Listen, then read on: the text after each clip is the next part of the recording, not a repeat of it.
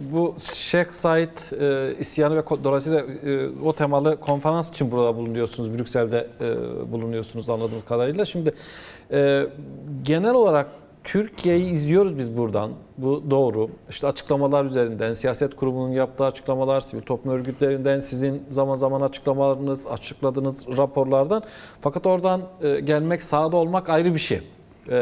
O açıdan bir genel olarak çözüm sürecinin başlamasından şimdiye kadar nasıl bir atmosfer var sokakta?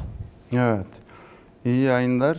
Biz aslında bugün hani burada olmamızın sebeplerinden birisi Avrupa Parlamentosu'nda bir takım siyasi görüşmeler, bir takım insan hakları odaklı görüşmeler yapmak için gelmiştik. O temelde buradaydık. Şeyh Said konferansında o da tesadüf oldu. Evet. Peki onu düzeltmiş olalım. Peki. Evet. Evet. Tabii ki çözüm sürecinin henüz ismi bile çözüm süreci olarak adlandırılmıyor tabii ki, ama biz buna barış süreci diyoruz. Kürt meselesinin demokratik ve barışçıl yollarının çözülmesi süreci diye adlandırıyoruz. 1 Ekim'den bu yana tabii ki önemli gelişmeler oldu. Bu gelişmelerden bir tanesi Sayın Abdullah Öcalan'la 4 yıldır, 5 yılı aşkındır süren tecrit durumunun en azından nispeten kalkmış olması önemli. Sonrasında barış ve demokratik toplum çağrısı bu toplumda ve dünyada büyük bir yankı yarattı. 300 tane basın mensubu bu süreci, bu çağrıyı izledi. Sonrasında 1 Mart'ta PKK ateşkes ilan etti bildiğiniz gibi.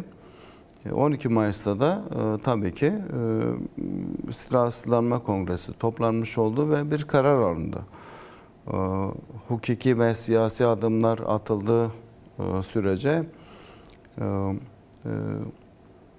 Kürt meselesinin çözümü konusundaki devlet paradigması değiştiği sürece bu silahsızlanma süreci de tamamlanacak.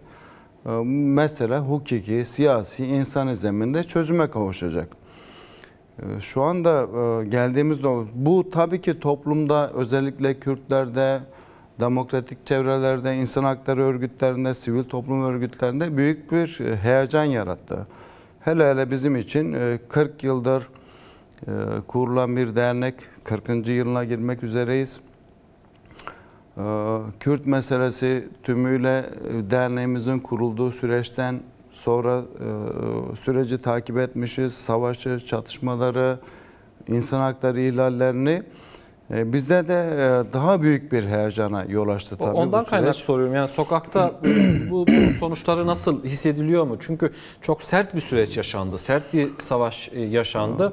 Bahçeli'nin çağrısı izlenen günlerde, aylarda, haftalarda derken bugüne kadar geldiğimizde tam siz kendiniz üzerinden anlattınız, ama genel olarak toplumun tamamına baktığımız zaman biraz daha en azından umutlu mu insanlar? Evet, yani toplumda bir umut var. Bu Kürtlerde var. Daha büyük bir umut var. Türkiye'nin değişik illerinde bir umut var. Ama geçmiş deneyimlerin de yaratmış olduğu bir travma var.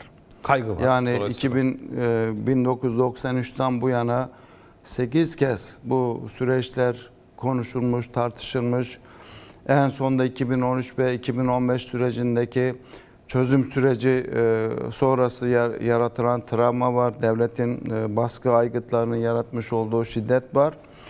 Dolayısıyla bir umut var, ama bu umudun hakikaten kalıcı bir desteğe dönüşmesi konusunda halen sıkıntıların olduğunu söyleyebiliriz. Bu sıkıntı hem halkta var, hem sivil toplum örgütlerinde var, hem de siyasi çevrelerde var bu durum. Her ne kadar mecliste defaatle çözüm heyetinin, barış heyetinin, diyalog heyetinin yapmış olduğu defaatle görüşmeler olsa ve siyasi partilerin önemli bir kısmı, neredeyse toplumun %95'ini temsil eden işte siyasi partiler bu sürece destek verdiklerini ifade etmelerine rağmen ne yazık ki siyasi partiler bunu tabanlara yayma, yani bu barışın ihtiyaç olduğu, bu barışın gerekli olduğu, bu barışın kalıcı hale gelmesi için bir takım mekanizmalara ihtiyaç olduğu konusunda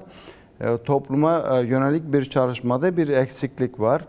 Bu eksikliğin hızla giderilmesi durumunda toplumun bu sürece hazır olduğunu ben düşünüyorum. Hani gözlemlerimiz o yönlü ama tabii ki güven verici bir takım adımların işte az önce ifade ettik. PKK'nın atmış olduğu adımlar önemli. İşte Sayın Abdullah Öcalan'ın çağrıları önemli. Ama devletin de atması gereken adımlar konusunda hem bizdeki kaygı durumunu arttıran durumlar söz konusu hem de toplumda ve halkta atılması gereken adımlar vaktinde atılmadığı için ya da beklentileri karşılayacak bir takım adımlar henüz ufukta görünmediği için toplumda bu kaygı, bu çekimserlik, bu acaba şüpheli bir durumun varlığı ne yazık ki biraz daha baskın durumda. Bir nokta önemliydi. Yani siyasi partiler açıklamada bulunuyor, çözüm sürecini destekliyor. İktidar benzer açıklamalar yapıyor. Toplum farklı çevrelerinden, sivil toplum örgütlerinden açıklamalar geliyor. Belki bu sadece bugünün meselesi değil. Geçmişte de bunun örneklerini çok yaşadık, gördük. Fakat somut adımlar atılmıyor. Yani işte sivil toplum örgütleri veya muhalefet veya siyasi partiler üzerinden dediniz ki yani tabanlarını harekete geçirmiyorlar. Bunu biraz açar mısınız? Yani bu neden böyle oluyor? Neden harekete geçirmiyorlar? Bir diğeri harekete geçirmeleri için nelerin olması gerekiyor? Ya, tabii ki öncelikle ciddi bir baskı süreci yaşandı. Yani tabii ki bu çalışmalar sadece siyasilere bırakılacak çalışmalar değildir. Yani barış çalışması esasında bir toplum çalışmasıdır, bir halk çalışmasıdır. Sivil toplum örgütlerinin halkla temasının sağlandığı çalışmalarla bunlar kalıcı hale gelebilir. Ama ne yazık ki 2015'ten sonra özellikle 24 Temmuz 2015'ten sonra çatışmaların başlaması, 2016 yılındaki darbe girişiminden sonra sivil alan tümüyle aslında bitirilmiş durumda. Yani nefes alamaz hale getirilmiş durumda. Hem bu yasal durumda hem idari durumda hem baskılar boyutuyla, yargı baskısı boyutuyla böyle bir durum söz konusu. Dolayısıyla biz şimdi Karadeniz'de örneğin İnsan Hakları Derneği'nin şubeleri yok. İşte başka da sivil toplum örgütlerinin şubelerinin olduğunu düşünmüyoruz. Zaten olsa onlarla biz ortak çalışmalar yürütürüz. Kısmen işte çevre hareketi var. Kısmen kadın hareketi örgütlülüğü var. Dolayısıyla bu Türkiye'nin dört bir satında örgütlü siyasi partiler var. Şimdi neden bunlar harekete geçmiyor? Bizim öngörümüz şu. Tabii ki bu sürecin belli aşamalarında iktidarın beklentileriyle muhalefetin beklentileri arasında bir tezat durum söz konusu. Yani işte Kürt meselesinin hukuki, siyasi, anayasal noktada çözülmesi tartışması yapıldığı vakit ki bize göre şu anda henüz o aşamaya gelmiş değil ama atılması gereken idari ve yasal adımlar var. Bunlar atılsa bile meselenin çözüm yoluna girmesinde önemli bir mesafe kat edebiliriz. Şimdi muhalefet işte bir anayasa değişikliği yeniden işte bu iktidarın Cumhurbaşkanı bir dönem daha seçilmesini garanti altına almak içindir. Bu süreçte bunun için başlatılmıştır gibi bir algı var. İktidarda güçlü bir muhalefetin olmasını istemiyor tabii ki. Bu çözüm sürecini bir şekilde siyasi bir kazanca dönüştürmek istiyor. Bu da siyasetin doğası gereğidir zaten. Yani bir mesele varsa, hele Kürt meselesi gibi 100 yıllık bir mesele varsa tabii ki siyasilerin buradan bir çıkar devşirme arayışına girmesi de siyasetin doğası gereği düşünülebilir. Şimdi ama burada kaçırılan bir şey var. Kaçırılan şey 100 yıldır bu halkın, bu coğrafyanın, bu Anadolu'daki halkların, Kürtlerin inkarı söz konusu. Bu inkarın üzerinde de gelişen güvenlikçi politikaların, savaş politikalarının, çatışma politikalarının yarattığı ciddi bir tahribat var. İşte Kürtlerin yığınlar halinde metropollere göç edilmesi, kırsalın boşalması, hayvancılığın bitmesi, tarımın bitmesi, savaşa yapılan yatırımların milyar dolarları, trilyon dolarları bulmuş olması, emekçilerin cebinden, halkın cebinden alınan paraların savaşa ve silaha yatırılması, aslında bunlar sorgulanmıyor. Dolayısıyla bunların sorgulanması, bunların bu gerekçelerle, hani savaş bunları gerektiriyor. Barış da aslında masrafsız bir konudur. Masrafsız bir iştir. Söyledikleriniz yeniden siyasi partilerin sorumluluk alanı değil mi? Yani önünüzde iki yol var. Ya çözüm sürecini sahiplenirsiniz, siz yönetirsiniz. Az önce ifade ettiğiniz gibi savaşın yol açtığı yıkımları anlatırsınız topluma. Ya da bunu iktidarın alanına bırakırsınız, köşeye çekilirsiniz, açıklamalar yapmakla yetinirsiniz. Yani evet, şu anda ne yazık ki gördüğümüz o. Kamuoyunda Kürt meselesine karşıyız, çözüme karşıyız da demiyorlar. Tersi açıklamalar geliyor. Fakat somut adım atılmadığı sürece de iktidar daha rahat davranıyor bu meselede. İşte buradan da tam da burada biz sivil toplumun bir barış yolunu açması gerektiğini düşünüyoruz. Onun için de İnsan Hakları Derneği sivil toplum alanını, insan hakları alanını yan yana getirip bu çalışmalara son yıllarda biraz daha ağırlık vermiş durumdayız. Sadece bu süreçle ilgili değil ama bu süreçten önce de geçtiğimiz yılda da biz bir Kürt meselesinin demokratik çözümü konusunda bir konferans düzenlemiştik. İHA'de olan. Yine Ahmet'te, evet. Çok sayıda sivil toplum örgütleri, aydınlar da katılmıştı. O dönem seçim öncesiydi. 16-17 Mart'ta. Hemen 31 Mart yerel seçimleri öncesiydi. Tüm taraflardan neden bu süreçte bir barış konferansı düzenliyorsunuz diye ciddi sorularla da muhatap olmuştuk. Ama barış çalışması sadece az önce de ifade ettim, siyasi partilere bırakılacak bir çalışma değildir.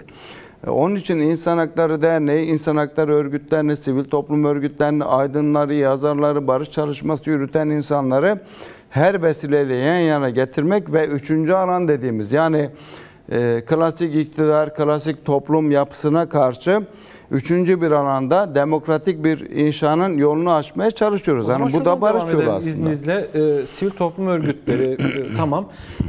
İHA'de olarak, yani en çok sivil toplum örgütleriyle, farklı çevrelerle ilişkisi olan bir önemli dernek, önemli bir kurum.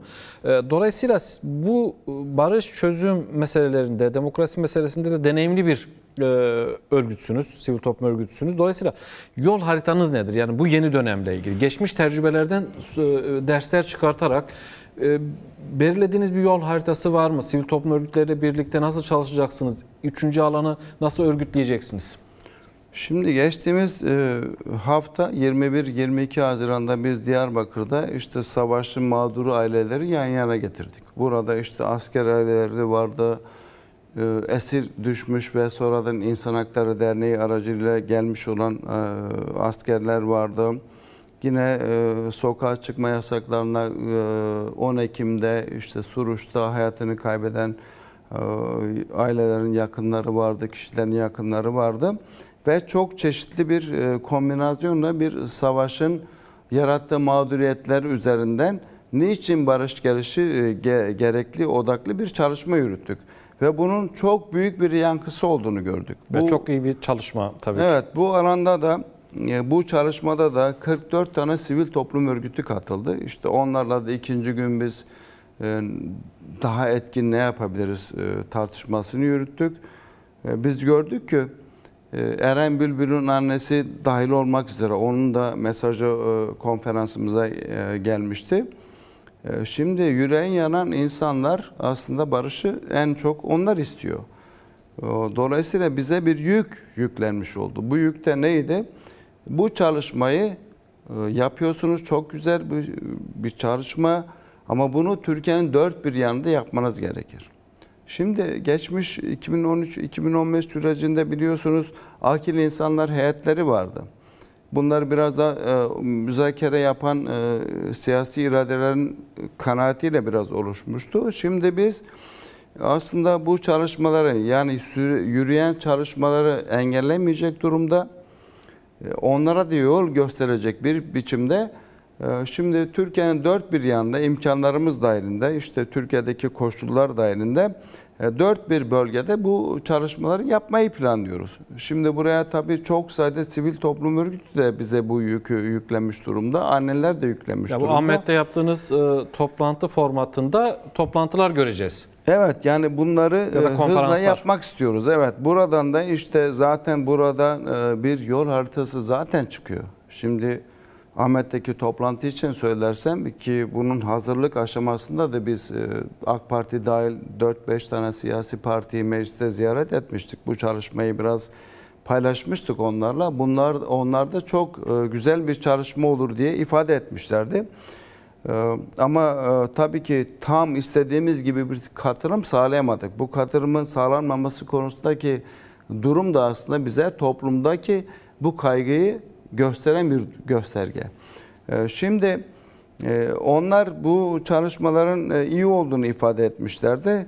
Şimdi bu çalışmada Ahmet için söylersek hasta mahpusların hızla bırakılması gerektiğini, yani barış sürecinin güven verici adımları olarak işte idare gözlem kurulları meselesinin hızla çözülmesi gerektiği. Çünkü siz bir insana 30 yıl ceza vermişsiniz, bu insan yatmış, cezası infazını tamamlanmış ama hukuk dışı bir kurum tarafından toplum güvenliği açısından tehlikeli görüldüğü için kişilerin infazları 2 yıl, 3 yıl uzatılan insanlar var ve bunların sayısı İnsan Hakları Derneği'nin verilerine göre 600'ün üzerinde. Şimdi ağırlaştırılmış müebbet hapis cezası aslında inceltilmiş bir idamdır. Buna ilişkin zaten Avrupa İnsan Hakları Mahkemesi'nin de vermiş olduğu Öcalan kararı var 2014 yılında. Buna ilişkin bir düzenleme yapılması gerekir. Yani bu konferansın sonuçlarından bahsediyorum. Bu sadece Abdullah Öcalan şahsında aslında çıkarılmış olan bir idam yasası olmakla birlikte şu anda 4000 tane siyasi mahpus bu konuyla muhatap durumda. Yani 4000 tane insan. Şimdi bunu çözüm süreciyle birlikte tartıştığımız zaman PKK Silahsızlanma Kongresi'ni topladı. Oradan bir silahsızlanma kararı aldı. Şimdi en sıradan insana biraz sorduğunuz zaman ya bu insanlar silahları bıraktı. Peki nereye gelecekler? Ne yapacaklar? Yani geldikleri zaman 30 yıl yatmayı ve sonrasında idare gözlem kurulları insafında bir süreç mi işleyecek? Yani toplumun temel beklentilerinden birisi bu. Şimdi son yerel seçimlerden sonra... Pardon, bu bölümü tamamlamak için söylüyorum. Tekrar kaldığınız yerden devam edeceksiniz ama bu hasta tutsaklar meselesi. Elinizde raporlar olduğu için öğrenmek istiyoruz. Yine yaşlı olan insanlar var. Sık sık hem sizin raporlarınızda gündeme geliyor, medya dikkat çekiyor buna. Ama giderek bir drama dönüşmüş. Yani bu sadece içerideki hasta tutsakla sınırlı bir durum da değil. Aileleri var. Sizin tabii raporlarınızda bunlar çok daha fazla açıklayıcı yer alıyor. Nedir tablo? Yani sürekli çözüm süreci geldiğinde tabii bu meseleleri konuşuyoruz ama orada da sistematik bir cezalandırma karşımıza çıkıyor. Evet, evet. Yani şimdi tablonu şöyle ben size aktarayım. Verileri paylaşacağım ama biraz sonra. Şimdi 2024 yılı ilk 10 ayında, 2024 yılı Ekim ayının sonuna kadar 709 tane hasta mahpus hapishanede hayatını kaybetti. Bu Adalet Bakanlığı verisi. Yani bunu bütçe görüşmeleri sırasında bir milletvekilinin sorusuna Adalet Bakanlığı vermiş olduğu cevap.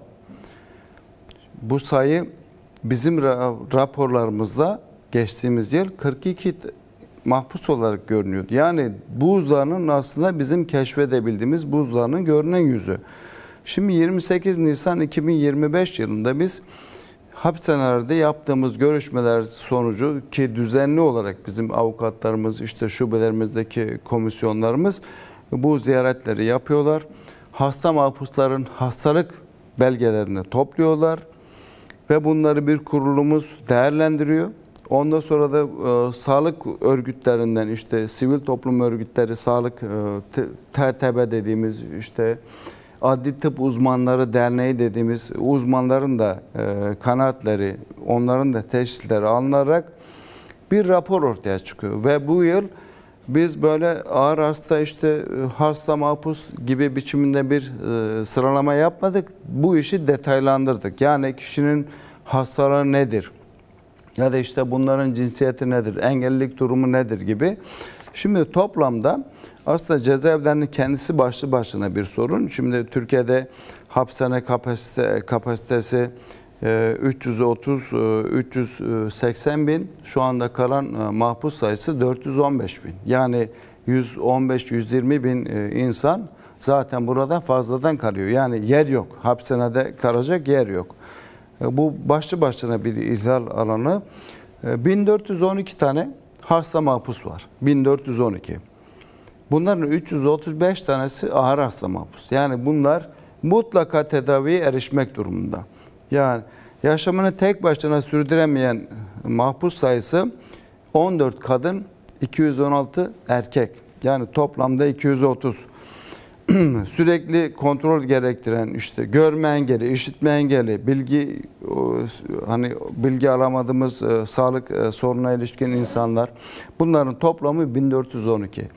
Şimdi bunlar bir müzakere sürecinin, bir çözüm sürecinin pazarlık konusu yapılamazlar.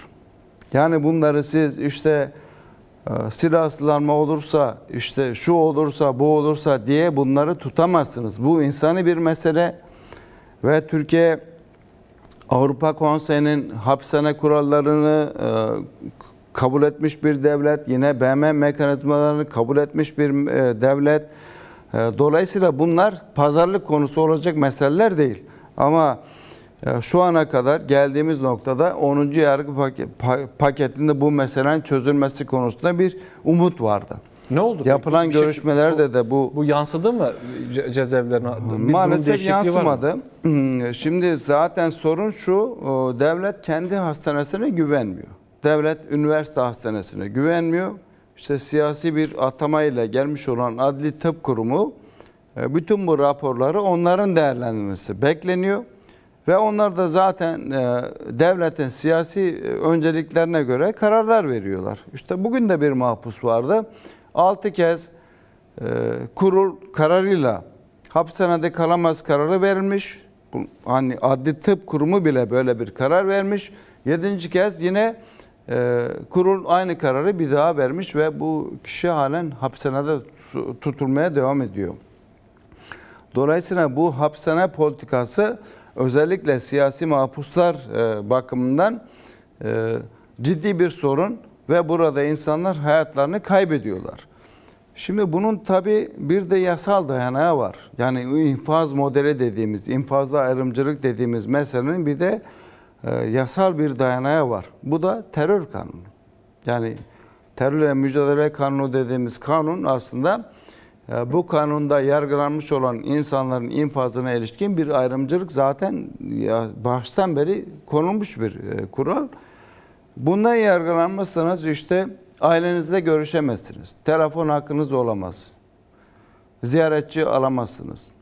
Avukatla görüşmeleriniz kısıtlanabilir. İşte bir kapalı, uzak bir kampüs hapishanede kalabilirsiniz. Ailenizden metrelerce uzak, binlerce kilometre uzaklarda kalabilirsiniz. Şimdi öncelikle eğer bir pazarlık yapılacaksa bu konuda terör yasasının derhal değiştirilmesi gerekir. Bunun kaldırılması gerekir zaten. Hasta tutsakların tamamı tırnak içerisinde terör suçlarından mı hapiste? Tabii ki yani genelde bize başvurucuların büyük bir kısmı başka imkanları olmayan, başka kanallarla sesini duyuramayan insanların başvurusu. Tabii ki bu rakam önemli oranda siyasi mahpuslar ama biz biliyoruz ki aynen bu ölümler vakasında olduğu gibi adli mahpuslar arasında da bize ulaşmamış olan 10 binlerce insanın aslında sağlık sorunu yaşadığını söyleyebiliriz. Çünkü siyasi mahpusların infaz koşulları dediğimiz infaz koşulları çok ağır bir koşul. Şimdi işte günde 1 saat havalandırmanız var. Bulunduğunuz yerde tek başınıza kalıyorsunuz. Yani İmralı Hapishanesi de böyle bildiğiniz gibi. Yani bu infaz uygulamasını, infaz kanunu zaten bu terörle mücadele yasasının içerisine koydukları için ve Türkiye'de zaten gazeteciler, insan hakları savunucuları, basın çalışanları, yine sivil toplum örgütünün çalışanları, sendikacılar yani bizleri herhalde başka bir şeyle suçlamayacaklar işte. teröre destek, işte terör örgütü üyesi olmasa da bilmem onun işte iltisaklı gibi bir takım hukuk dışı kavramlarla insanlar yargılanıyor bildiğiniz gibi ve bunların infaz modelleri de aynen bu yasanın öngördüğü şekilde ayrımcı bir şekilde uygulanıyor. Yani hapishanelerin durumu kabaca bunlar. Şimdi bunları az önce de ifade ettim, bir sürecin pazarlık konusu yapmamak lazım. Ondan sonra siyasi mahpuslara ilişkin bir düzenleme yapılması gerekir. Yani bir siyasi mahpusları kapsayan bir af çalışmasının yürütülmesi gerekir. Hani bunu bir af kavramı bile çok doğru bir kavram değil. Çünkü bir süreç yürütüyorsunuz. Meselenin anlaşılması için. Tabii yani Evet. Türkiye'nin genel bir 100 yıllık bir meselesini çözmek istiyorsunuz ama halen işte fikirlerini söyleyen insanlar, yazan insanlar, çizen insanları, konuşan insanları hapishanelere dolduruyorsunuz. Bu olamaz. Hani böyle bir şey olamaz. Bu süreci baltalayan zaten süreci ilerlemesine tıkatan konulardan birisi de bu. Bu konuda da bir çalışmanın hızlıca yürütülmesi gerekir. Tabii ki ailelerin taleplerinden bir tanesi de bu savaşın durması önemli. Çatışmanın durması önemli ama askeri operasyonlar devam ediyor. Bunu biliyoruz. Bu operasyonların da bir şekilde durması gerekir. Devletin netleşmesi gerekir yani. Devlet paradigması, devlet aklı dediğimiz şey bir yandan sopa, bir yandan havuç olamaz. Hani onu bırakmanız lazım. İşte şimdi sopanın bugüne kadar işe yaramadığını görüyorsunuz. O zaman oturup konuşmak gerekir. Dolayısıyla bu askeri operasyonlar süreci riske eden en önemli konulardan birisi. İşte bakın 1 Mart'tan sonra İnsan Hakları Derneği ateşkes sürecinden sonra nasıl bir yaşam hakkı ihlali olacak ya da çatışmalar sürecek mi diye bir gözlem yaptı. 30 Mayıs'a kadar 6 PKK militanı hayatını kaybetmiş. Yani Güney Kürdistan'da böyle bir operasyon halen devam ediyor bildiğiniz gibi. Şimdi 3 tane asker hayatını kaybetmiş. 2 asker, 1 korucu yaralanmış. Şimdi bugün de işte dün de Ahmediye'de bir askeri operasyon olduğu ve bir çatışmanın yaşandığı bilgisi bizde var. Ne kadar doğru onu bilemiyoruz ama süreç böyle yürümez. Yani devletin bir kere negatif barışı sağlaması lazım. Negatif barış dünya deneyimlerinden nedir? Tarafların şiddetten arınması, şiddeti durdurması şu anda. Durdurmak başlangıç için önemli ama her şey değil.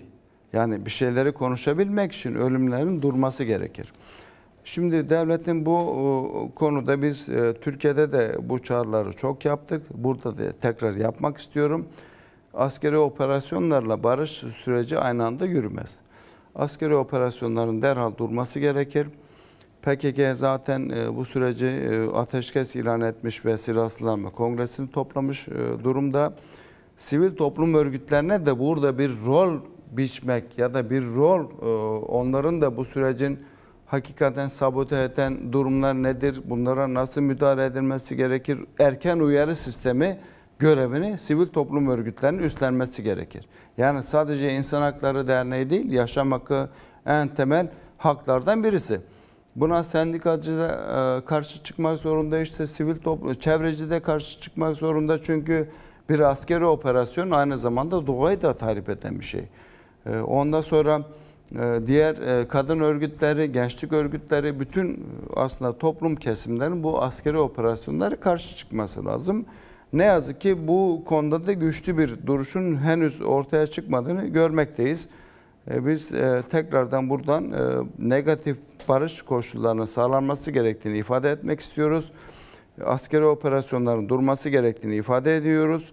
Ama yanı sıra pazarlık konusu olmayacak bu konularda da adımların atılması. Peki şimdi muhalefete yönelik, özellikle CHP yönelik yapılan operasyonlar, belediye başkanları tutuklanması, hapse atılması, toplum üzerinde var olan geçmişteki baskılar halen devam ediyor. Kayın politikalarına son verilmemiş. Bunlar da çözüm sürecini zorlaştırmıyor mu? Tabii ki bunlar da zorlaştırır. Yani Abdullah Öcalan'ın çağrısı barış ve demokratik toplum çağrısı.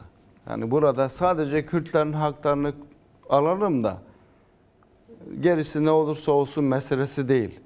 Barış ve demokratik toplum çağrısı aslında bütün topluma hitap eden bir çağrı. Şimdi demokrasi varsa, Kürtler için olacaksa, CHP için niçin olmasın? Siyaset yapma hakkı. İşte Kürtler zaten şu ana kadar böyle bir hakkı zar zor kullanına geldi. Yani şöyle bir algı da yanlış. Hani sanki 1 Ekim'den sonra Kürtler çok rahat bir siyaset yürütüyor. İşte Kürtler her konuda bir çalışma yürütebiliyor ama başkaları yürütemiyor. Bu Mansur Yavaş'ın 19 Mart sonrası yaptığı açıklamanın ne kadar sakat bir açıklama olduğunu beyan etmek için söylüyorum. Böyle bir durum yok. Hani Türkiye'de, Kürdistan'da da bir barış olacaksa, demokrasi olacaksa Edirne'de olmalı, Hakkari'de olmalı. İşte bütün illerde bu demokrasi ve insan hakları olmalıdır. Şimdi tabii ki CHP yönelik operasyonların başlangıcı bildiğiniz gibi kent ittifakı. Yerel seçimlerdeki kent uzlaşısı kavramı, buna ilişkin bir operasyondu. Bunun bir suç olduğuna ilişkin bir operasyondu. Sonrasında bu kapsamda 10 tane işte DEM Parti'nin adayları, işte meclis üyeleri, belediye başkan yardımcıları gözaltına alındı. Halen bunlar tutuklu durumda. Sonrasında bunu yolsuzluk operasyonlarına çevirmiş oldular. Tabii burada İmamoğlu, İstanbul Büyükşehir Belediye Başkanı, işte bir Cumhurbaşkanı adayı olması ihtimali de ortaya çıkınca, CHP'nin de böyle bir kampanyası olunca bu işi yolsuzluk operasyonu adı altına çevirmeye çalıştılar. Şu ana kadar da mızrak çuvara sığmıyor yani. Burada işte diploma eğitim iptalinden tutalım, sonra işte insanların zorla itirafçı olmaya zorlanmasını tutalım, barışçıl gösterilere şiddetle, polis şiddetiyle karşılık verilmesinden tutalım, çıplak arama, işte işkence meselesinin sokağa kadar yayılmasına bakalım. Şimdi bu süreç zaten başlı başına çözüm sürecini, barış sürecini sabote eden bir durumdur. Yani bir yandan siz toplumun, Kürt halkının 100 yıllık meselesini çözmeye çalışıyorsunuz. Öte yandan basit siyasi hesaplarla işte bir belediye başkanının bir muhalef partide olmasından hareketle burayı almak istiyorsunuz. Bunun için de çok sayıda kılıf uydurmaya çalışıyorsunuz. Bu doğru bir yaklaşım değil. Derhal bu operasyonlar durdurulmalı. Hatta bu son seçimde 13 tane belediye başkanı görevden alındı biliyorsunuz. Bunların 10 tanesi DEM Partili belediye başkanları, 3 tanesi CHP'li belediye başkanları. DEM Parti'nin 2 tane de Büyükşehir Belediye Başkanı'nın yerine kayyum oturuyor. Ahmet Türk çözüm sürecinin heyeti içerisinde. Biz bunu AK Parti grubunda da konuştuk. Yani Kürt'ten ne bekliyor ya da güven verici adım nedir meselesi konuşulunca biz bunu açık ifade ettik. Yani Ahmet Türk'ü hiç olmazsa 3 dönem yerine kayyum atadığınız bir insanı geri iade edin. Belediye başkanlığını iade edin de Kürtler de desin ki ya tamam sabır edelim. İşte bakın oluyor. Güzel şeyler de oluyor. Evet. Şimdi böyle bir şey kabul edilemez. Yani kayyumlar orada duracak. Her an kayyum atama yasası orada duracak. Kanun hükmü kararname orada duracak. İşte hasta mahpuslar için bir pazarlık meselesi yapılacak. Umut hakkı için işte Avrupa Konseyi, Bakanlar Komitesi Türkiye'yi zaten denetim altına almış durumda ve 2025 yılının Eylül ayında şu anda Abdullah Öcalan'la ilgili vermiş olan kararı Denetim Komitesi yakın izlemeye almış durumda. Şimdi bunu sadece uluslararası mekanizmaların, insan hakları örgütlerinin, kurumlarının baskısıyla değil, şu anda Türkiye Cumhuriyeti Anayasası'nın 90. maddesi uluslararası insan hakları hukuku, insancıl hukuk eğer anayasayla çelişik duruma düşerse uluslararası hukuk geçerli diye bir madde var. 90. madde bunu tarif ediyor. Şimdi Türkiye Avrupa Konseyi'nin üyesi. CİPİT'in gözlem yetkisini tanımış. Yani bunların hapsine vesaire durumunu, işkence durumunu izleme şeyini kabul etmiş. Avrupa İnsan Hakları Mahkemesi'nin yargı yetkisini kabul etmiş ama Selahattin Demirtaş hakkında bir karar vermiş. Osman Kavala hakkında bir karar vermiş.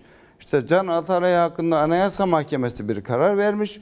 Abdullah Öcalan hakkında hem Anayasa Mahkemesi hem Avrupa İnsan Hakları Mahkemesi bir karar vermiş. Umut hakkı konusunda düzenleme yapın diye. Şimdi siz bunları uygulamak için anayasa değiştirmenize gerek yok ki. Ya da hani böyle ülkeyi yeniden Hatta yıkıp yeniden yapmaya gerek yok. İlk çıkışında onu söyledi. Yani fesih dolayısıyla silahsızlanmayla ilgili açıklamada bulunsun, karar alsınlar. Biz de umut hakkının kapılarını sonuna kadar açalım dedi. Yani hatta bunu tabii ki siz az önce ifade ettiğiniz pazarlık konusu yapılmaması gerekiyor. Varsayalım ki siyasi bir meseledir. O zaman gereklerini yerine getirin. Yani kanun nizam değiştirmeden, hukuki düzenlemeler değiştirmeden ya da yapmadan kendi kendine olmuyor barış. Evet, yani şimdi tabii Bahçeli'nin çağrısı o dönem toplumda bir şok yarattı.